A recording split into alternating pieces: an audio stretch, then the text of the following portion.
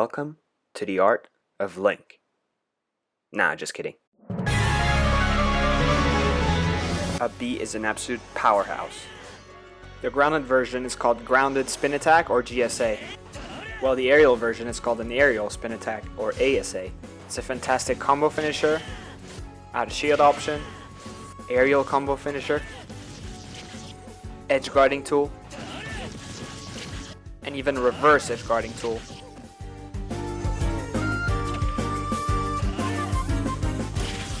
The one thing that you absolutely must know how to do is turning around your up B. This can be done by inputting the up B with a very slight diagonal angle. Turning around your up B is crucial as the difference in damage and knockback is huge. Note that in the back air confirm, you can actually charge it a tiny bit to make it hit harder. Also, the closer you are to the opponent, the harder it hits. The next thing you need to learn is how to use up B out of shield. For moves that have low shield stun, it's actually pretty easy. Just flick up B as soon as it hits your shield.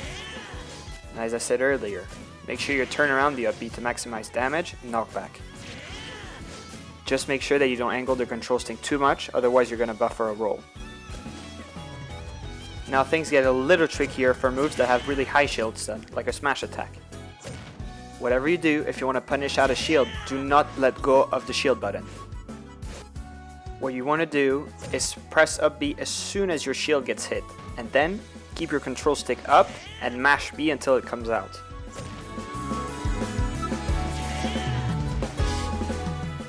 For a turnaround up B, the first up B input doesn't have to have the correct angle. You can fix it during the mash.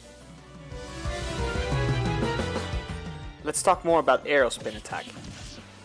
The aerial mobility of this move is actually kind of strange, and it's pretty easy to SD if you don't know how it works. The rule is that you won't be able to change your drift after the final swing. For example, if you up B and try holding in after the final swing, you won't make it back. So what you want to do is start changing directions right before the final swing. The other problem is that if you start holding in too early, the final swing will miss. So the strategy to line up B's off stage is to first drag towards the stage so you can get closer, then drag back in so the final swing hits, and then pull back right before the final swing so you can actually snap ledge.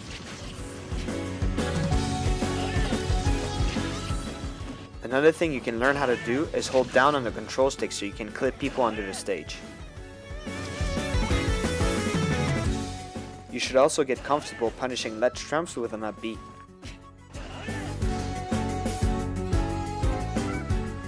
The most important thing you need to learn how to do with your bomb is bomb recover, and especially learn the technique that's called instant detonation.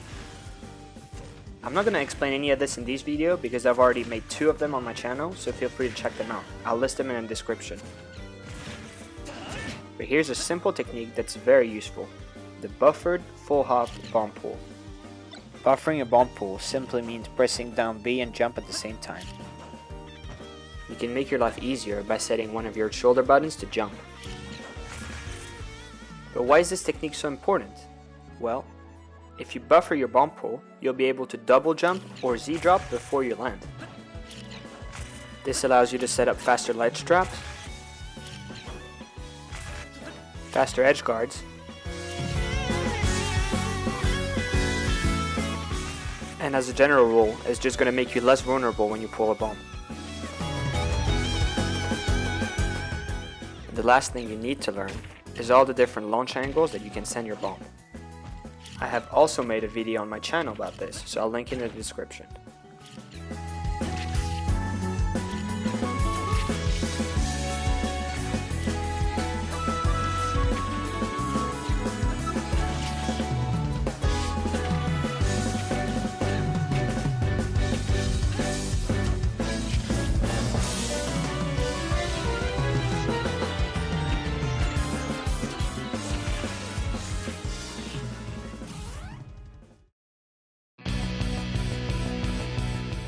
There are 2 types of neutral air: hard Nair, which is the first few frames of the move, and soft Nair, which is the lingering hitbox of the Nair. Hard Nair deals more damage, kills at a high percent, and sets up for very good combos at low percent. While Soft Nair combos a little better at mid to high percent. The first thing you need to learn are Nair combos.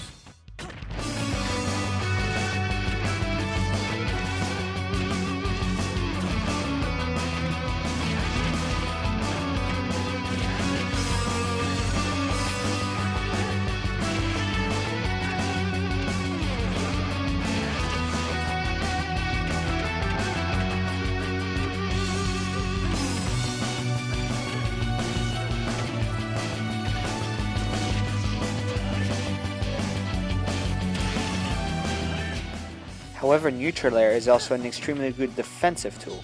Actually, Soft Nair can tank up to 17% worth of projectiles, and Hard Nair up to 22% of projectiles. So it's really important that when you enter a matchup, you know exactly what Nair can and cannot do.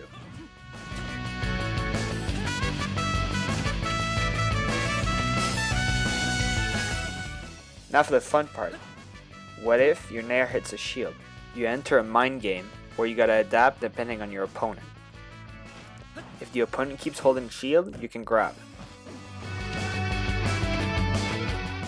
If they jump, you can anti-air them. If you expect a shield grab, you can spot dodge. You can also deal with the shield grab by simply spacing your Nair out of shield grab range. Depending on the matchup and the opponent's out of shield options, a space Nair allows you to keep pressuring the shields. Note that using a second Nair after the first spaced one can allow you to catch jumps, shield grabs, and maybe even shield poke. You can apply even more pressure with the help of a bomb, but we'll cover that in a different section.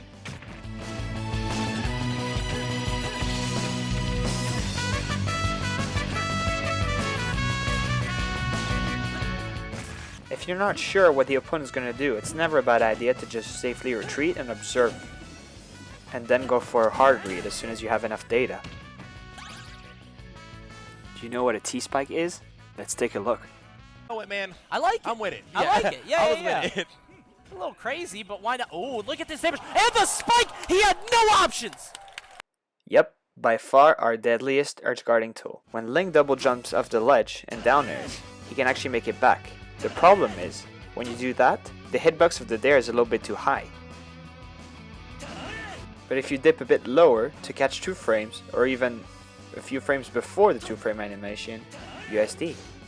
So the technique here is to still dip very low, but to land on stage to prevent the SD. I guess you could use a bomb to survive, but let's not do that. So make sure you practice the input so the dare comes out as low as possible, while still landing on stage so you don't SD. And once you master that, you can do some nasty things. If you're unsure of the timing, I would recommend doing it slightly earlier than you would think.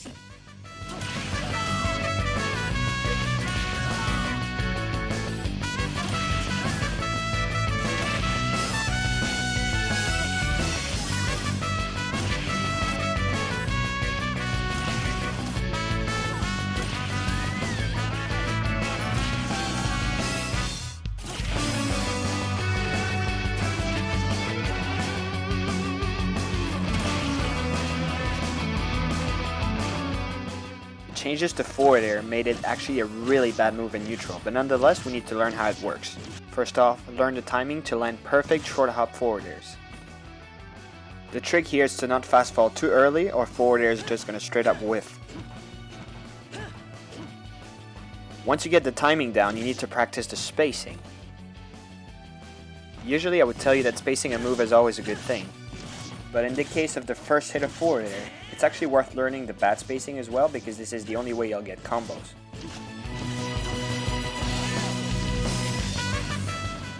It's important to be able to get the proper timing and spacing both on short hop and full hop. That being said, I'd like to mention that forward air 1 sucks, so let's just not use that move. Instead, what you want to use is the second hit of forward air. So just like I described earlier, practice the timing and spacing to make sure you hit the second fair as low as possible. And while you work on your spacing, you may as well practice the spacing of the very tip of the foot of Nair. And because forward air drag down combos simply do not work on Link, you gotta make sure that the second swing comes out before you land. Another zone where spacing your forward air is extremely important is when you get off the ledge. First off, if the enemy stands right here, it'll be impossible for Link to hit them with forward air. Let's quickly go through the inputs. You can use the normal jump button and the C stick. You can use the shoulder button and the C stick. Or simply use A, but you won't be able to control your drift as accurately.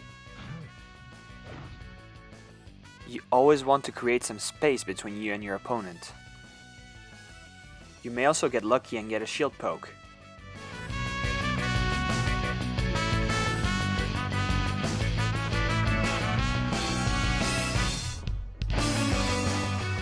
But don't forget that getting up from a ledge with a forward air can get you punished, and then you'll be in trouble, so sometimes it's just a better idea to go for a get up attack. Remember how I said that you're not supposed to use forward air 1 in neutral? Well, there's a suitable replacement. Boomerang is absolutely broken, leads to great damage, leads to very reliable combos.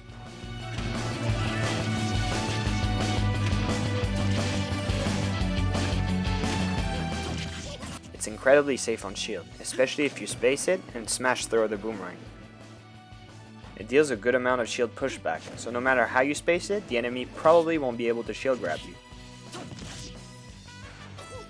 And even if you do space it horribly, you should be able to avoid most out of shield options, except the really fast ones. So you're usually in a really good pressure position if you land a close range boomerang. The problem is that boomerang has quite a bit of startup, so how do you find ways to actually get in with your boomerang? A very good trick is to abuse B reverses and wave bounces.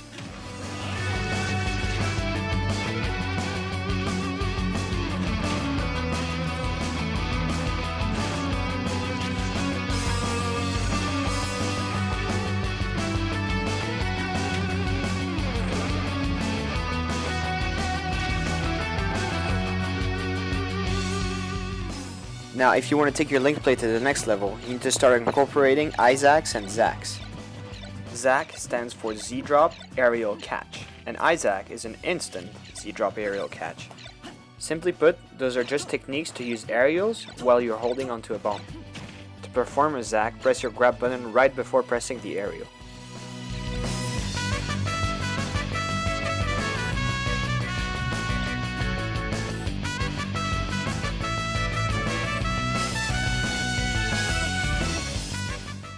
IZAC is just a ZAC that you do right after jumping.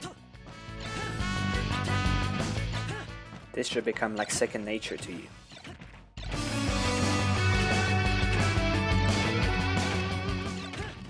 But once you do get the hang of it, you can create nasty pressure.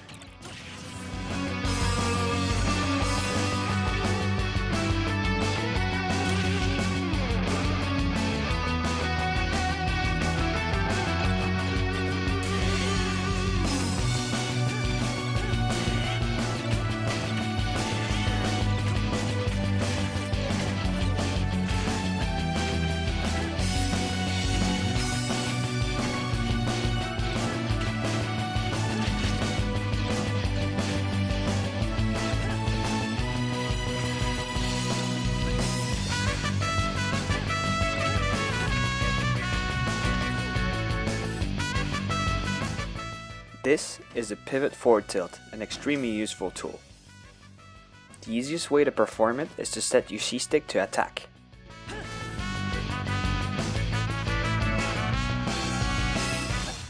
Its main purpose is to catch overextensions. Let me explain. Link appears to be vulnerable here, so Wolf wants to punish it with a dash attack, thinking that Link would still be here. But a pivot forward tilt successfully shifts your HURTBOX and replaces your old position with a Hitbox.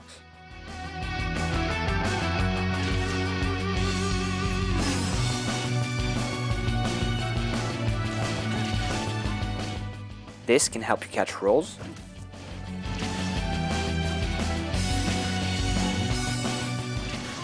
unsafe aerial approaches,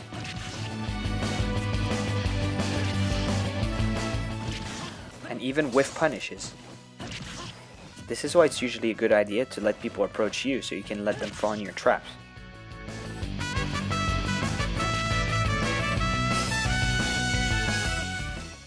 I've also already made a video about this, so I'll be very short, but basically you want to know how to roar, attack cancel, and turn around back air so you can properly combo. If you don't know what these are or how to do them, I'll leave a link in the description.